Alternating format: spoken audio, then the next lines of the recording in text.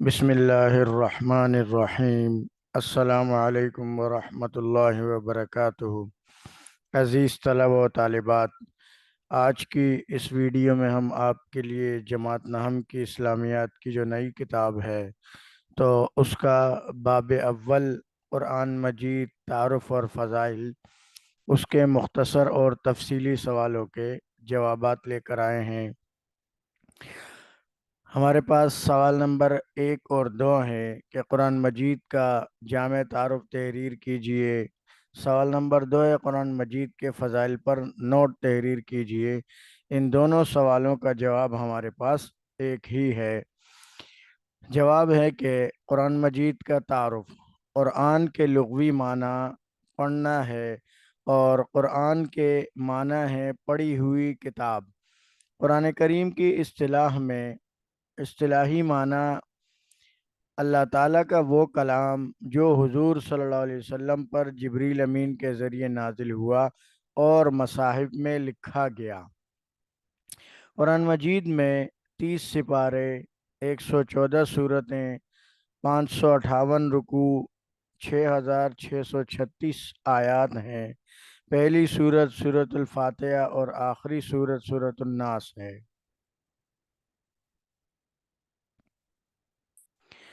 سب سے چھوٹی سورت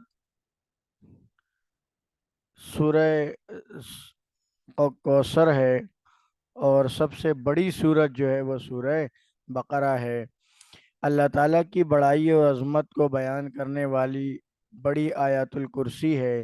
سورت کم از کم 3 آیت پر مشتمل ہوتی ہے، اور ہر سورت کے خاص مضمون و موضوع ہوتا ہے، جس کی ابتدا میں سورہ توبہ کے علاوہ بسم اللہ الرحمن الرحیم لکھا ہوا ہے۔ اس کو سورت کہا جاتا ہے۔ آیت کے لغوی معنی نشانی یا علامت۔ اصطلاح میں آیت قرآن شریف کے ایک فقرے کو کہتے ہیں، اور ایک فقرے میں اس طرح سے یہ علامت ہوتی ہے۔ قرآن مجید کے نام۔ قرآن مجید کا اصل نام یہی قرآن ہے، لیکن علماء کرام نے اس کے علاوہ اور بھی بہت سارے نام شمار کیے ہیں جو قرآن مجید میں مذکور ہیں۔ ان میں سے چند یہ ہیں: القرآن کلام پاک کا ذاتی اور اصلی نام۔ الفرقان حق و باطل میں فرق کرنے والی کتاب۔ الذکر نصیحت کرنے والی کتاب۔ الکتاب خاص کتاب یعنی اللہ تعالیٰ کی کتاب قرآن مجید۔ الہدا راہ دکھانے والی، ہدایت دینے والی کتاب۔ النور روشن کتاب۔ الحق ثابت شدہ۔ الشفاء یعنی روحانی اور جسمانی بیماریاں ختم کرنے والی کتاب۔ التنزیل اتاری ہوئی کتاب۔ نزول قرآن۔ قرآن کریم اللہ تعالیٰ کا ازلی و ابدی کلام ہے، یعنی ہمیشہ رہنے والا کلام ہے، جو لوح محفوظ میں موجود ہے۔ چنانچہ ارشاد باری تعالیٰ ہے سورۃ البروج میں، ترجمہ ہے کہ یہ کوئی معمولی کلام نہیں، بلکہ یہ قرآن عظیم الشان کتاب ہے جو لوح محفوظ میں لکھا ہوا ہے۔ قرآن کریم لوح محفوظ سے زمین پر نزول کے 2 مراحل میں پہنچا۔ پہلا مرحلہ مکمل قرآن کریم دنیا والے آسمان پر بیت العزت میں نازل ہوا۔ اس میں سورۃ القدر میں ارشاد باری تعالیٰ ہے، ترجمہ ہے کہ ہم نے قرآن کو شب قدر میں نازل کیا۔ دوسرا مرحلہ، اس کے بعد ضرورت اور موقع کی مناسبت سے وقتاً فوقتاً جبریل علیہ السلام اللہ تعالیٰ کے حکم سے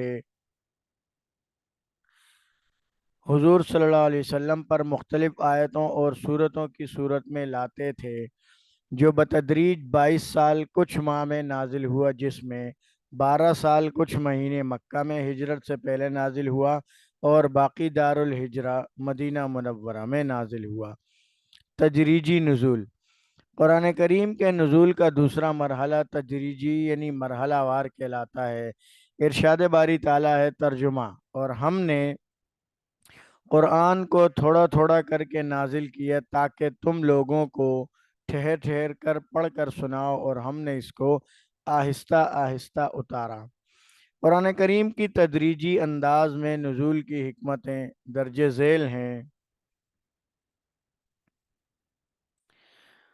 قرآن کریم یاد کرنا آسان ہوتا ہے۔ نمبر دو، مختلف مقامات جو قرآن کریم میں موجود ہیں انسانی طبیعتوں کو ان پر عمل کے لیے رفتہ رفتہ آہستہ آہستہ آمادہ کیا گیا۔ اگر ایک دفعہ میں تمام احکام نازل ہوتے تو قدیم عادات کو ترک کرنے اور نئے احکامات پر عمل کرنا بہت مشکل ہو جاتا۔ مختلف لوگوں کی تکلیف اور اذیتیں جب حد سے بڑھ جاتی اور پھر کوئی وحی نازل ہوتی تو وہ مسلمانوں کے دلوں کے لیے باعث تسکین بنتی۔ نمبر 5، مختلف اوقات میں لوگوں کی طرف سے سوالات پوچھنے پر ان کا بروقت جواب دینے سے قرآن کریم کی حقانیت ثابت ہوتی تھی۔ لوح محفوظ سے مراد وہ تختی یا کتاب ہے جو ہر طرح کی ہر طرح کی مداخلت سے محفوظ ہو اور تمام احکام و فراکین اور کلمات الہی کا مصدر ہو، یعنی وہاں پر جمع ہو۔ بیت العزت، یہ آسمان دنیا میں وہ جگہ ہے جہاں قرآن کریم کو لوح محفوظ سے یکبارگی اتارا گیا، پھر آسمان دنیا بیت العزت سے تھوڑا تھوڑا کر کے حضور نبی کریم صلی اللہ علیہ وسلم پر اتارا گیا۔ مکی و مدنی صورتوں کا تعارف اور ان کی خصوصیات۔ قرآن مجید کی صورتوں کو نزول کے اعتبار سے دو حصوں میں تقسیم کیا گیا ہے۔ وہ آیات یا صورتیں جو ہجرت مدینہ سے قبل نازل ہوئی وہ مکی کہلاتی ہیں، جو ہجرت مدینہ کے بعد نازل ہوئی وہ مدنی کہلاتی ہیں۔ اس اعتبار سے مکی صورتوں کی تعداد 86 اور مدنی صورتوں کی تعداد 28 ہے۔ مندرجہ ذیل خصوصیات کی بنا پر مکی اور مدنی صورتوں کو پہچانا جا سکتا ہے۔ مکی صورتیں عموماً چھوٹی ہیں اور ان میں اکثر توحید و رسالت، آخرت کے جملہ احکام، دین و عبادت اور سابقہ امتوں کے واقعات اور انبیاء علیہ السلام کے قصے بیان کیے گئے ہیں، جبکہ مدنی صورتیں بڑی ہیں، ان میں زیادہ تر شریعت کے تفصیلی احکام ہیں۔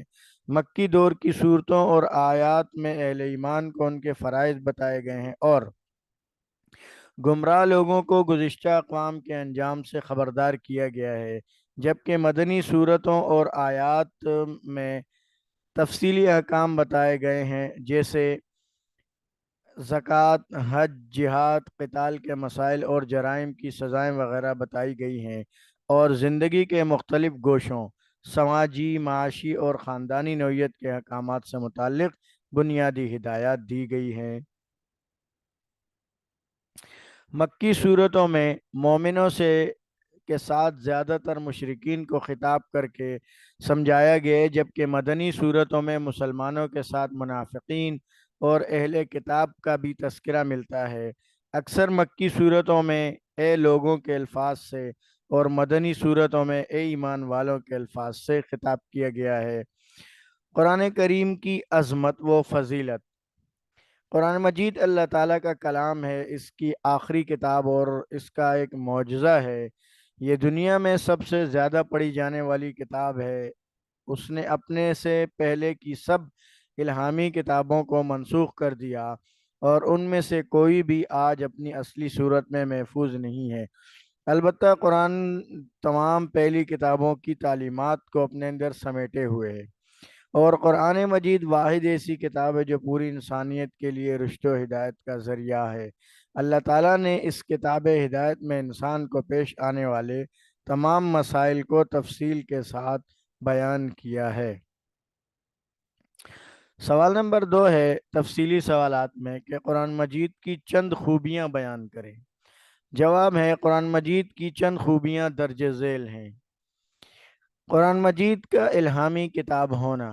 قرآن کریم اللہ تعالیٰ کی آخری الہامی کتاب ہے جو انسانوں کی ہدایت کے لیے نازل کی گئی، جو رہتی دنیا کے اقوام کا دستور العمل ہے، دنیا اور آخرت میں کامیابی کا ضامن ہے، ضمانت دینے والی ہے۔ اللہ تعالیٰ نے اس نعمت کا کوئی نعم البدل نہیں اتارا، یعنی اس کا کوئی آلٹرنیٹ نہیں ہے۔ اس کا پڑھنا ثواب اور برکت کا باعث ہے، اس کی باریکیوں پر غور کرنا ہدایت کا ذریعہ ہے، اس پر عمل کرنا اور دوسروں تک پہنچانا بہت بڑی نیکی ہے۔ قرآن مجید کا عربی زبان میں نازل ہونا۔ قرآن مجید اللہ تعالیٰ کی آخری کتاب ہے۔ اللہ تعالیٰ کا ارشاد ہے، انا انزلناہ قرآنا عربیا لعلکم تعقلون۔ ترجمہ، ہم نے اس قرآن کو عربی میں نازل کیے تاکہ تم لوگ سمجھ سکو۔ قرآن کریم اللہ تعالیٰ کا وہ کلام ہے جو صدیوں سے اسی طرح پڑھا جا رہا ہے جس طرح وہ اپنے نزول کے وقت پڑھا جاتا تھا۔ اس کا خاص سبب عربی زبان میں ہونا ہے، انداز اسلوب میں منفرد ہونا۔ قرآن کریم کی سب سے بڑی فضیلت ہے اللہ تعالیٰ کا کلام ہے، یہ اپنے انداز اور اسلوب میں سب سے الگ ہے۔ اس کے مضامین وہ موضوعات میں کوئی تضاد نہیں، یہی بات اس کے برحق ہونے کے لیے کافی ہے۔ اللہ تعالیٰ فرماتے ہیں، ترجمہ، بھلا یہ لوگ قرآن میں غور نہیں کرتے؟ اگر یہ اللہ کے سوا کسی اور کا کلام ہوتا تو اس میں بہت سا اختلاف پاتے۔ حدیث مبارکہ میں آپ صلی اللہ علیہ وسلم کا ارشاد ہے کہ قرآن کی فضیلت دوسرے کلام پر اس طرح ہے جس طرح اللہ تعالیٰ کو تمام مخلوقات پر فضیلت حاصل ہے، شک و شبے سے بالا تر۔ قرآن مجید نے ابتدا ہی میں اپنی عظمت کا اعلان کیا، چنانچہ اللہ تعالیٰ کا ارشاد ہے، ترجمہ، یہ کتاب یعنی قرآن مجید، اس میں کچھ شک نہیں کہ اللہ تعالیٰ کا کلام ہے، پرہیزگاروں کے لیے رہنما ہے۔ اس کے بعد مختصر جواب کے سوالات ہیں۔ سب سے پہلا سوال ہے، لفظ قرآن کا مطلب لکھیں۔ جواب ہے کہ لفظ قرآن کے لغوی معنی پڑھنا ہے اور قرآن کے معنی پڑھی ہوئی کتاب بھی ہے۔ قرآن کریم کے اصطلاحی معنی ہے اللہ تعالیٰ کا وہ کلام جو حضرت محمد صلی اللہ علیہ وسلم پر جبریل امین کے ذریعے نازل ہوا اور مصاحف میں لکھا گیا ہے۔ سوال نمبر 2 ہے، سورت اور آیت کا مطلب بیان کریں۔ جواب ہے، سورت کم از کم 3 آیات پر مشتمل ہوتی ہے اور ہر سورت کا ایک خاص مضمون و موضوع ہوتا ہے، جس کی ابتدا سورہ توبہ کے علاوہ بسم اللہ الرحمن الرحیم لکھا گیا ہے، اس کو سورت کہا گیا ہے۔ آیت کے لغوی معنی نشانی، علامت۔ اصطلاح میں آیت قرآن مجید کے ایک فقرے کو کہتے ہیں۔ سوال نمبر 3 ہے، مکی اور مدنی سورتوں کا فرق بیان کیجیے۔ قرآن مجید کو سورتوں کے نزول کے اعتبار سے 2 حصوں میں تقسیم کیا گیا۔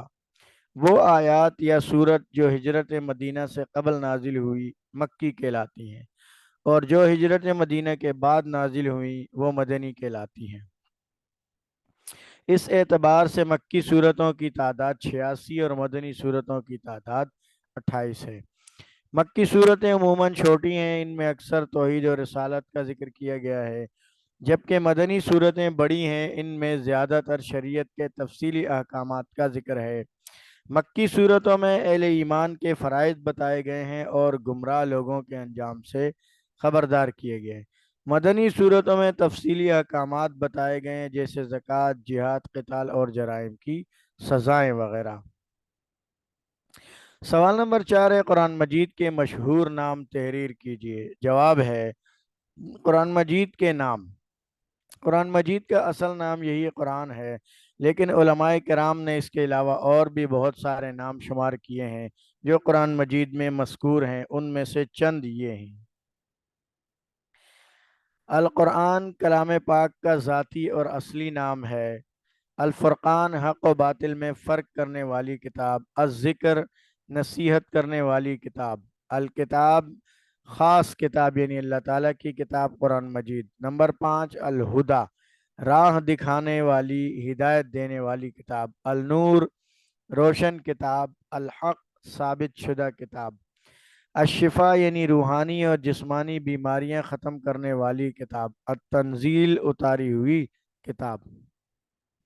سوال نمبر 5 ہے، قرآن مجید کے فضائل کے متعلق کم از کم 2 احادیث بیان کیجیے۔ جواب ہے، قرآن مجید کی فضیلت کے بارے میں حضور صلی اللہ علیہ وسلم کا ارشاد ہے، تم میں سے بہتر شخص وہ ہے جو قرآن سیکھے اور سکھائے۔